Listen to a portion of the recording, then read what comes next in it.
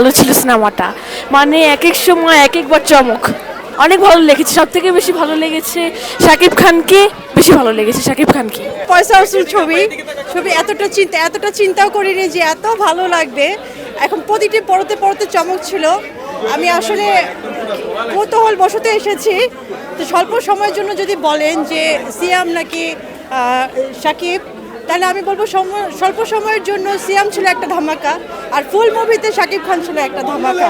Thank you একদম, এবং অন্য লেভেলের মুভি ছিল, একদম জাস্ট মুড অন হয়ে গিয়েছে। থ্যাংকস আ লট, ঈদ মোবারক। লাস্টের 10 মিনিট লাস্টের 10 মিনিট কেমন লাগছে তাণ্ডব?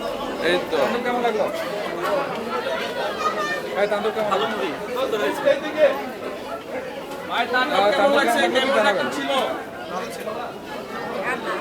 কেমন লাগছে? ভালো ছিল, অনেক ভালো ছিল। সেরা বাংলা মুভি। সাকিব খানের one of the best best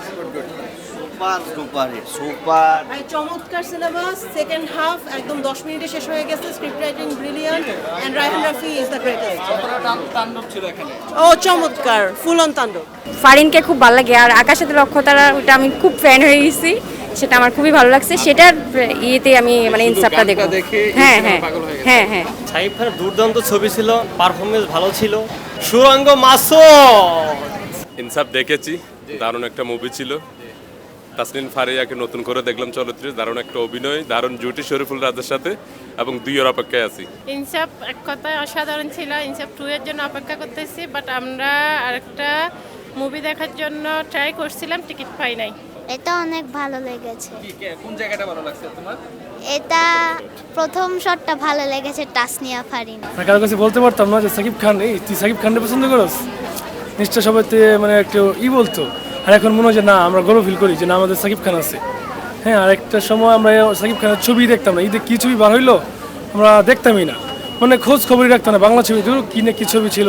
আর এখন মনে হয় যে না, বাংলাদেশে এমন মানের ছবি হইতেছে, মনে হচ্ছে নিজেকে ভালো লাগে যে না, একটা জায়গায় বাংলাদেশ যাবে, কোনো একটা সময় বাংলাদেশ ভালো একটা জায়গায় যাবে এই ছবি সিনেমা নিয়ে। আর বাংলাদেশে এরকম পরিচালক যদি প্রতিবার এরকম ভালো ভালো মুভি তৈরি করতে পারে, তাহলে মনে হয় আমার ইন্ডিয়ার থেকে ভালো মানের ছবি বাংলাদেশে তৈরি হবে।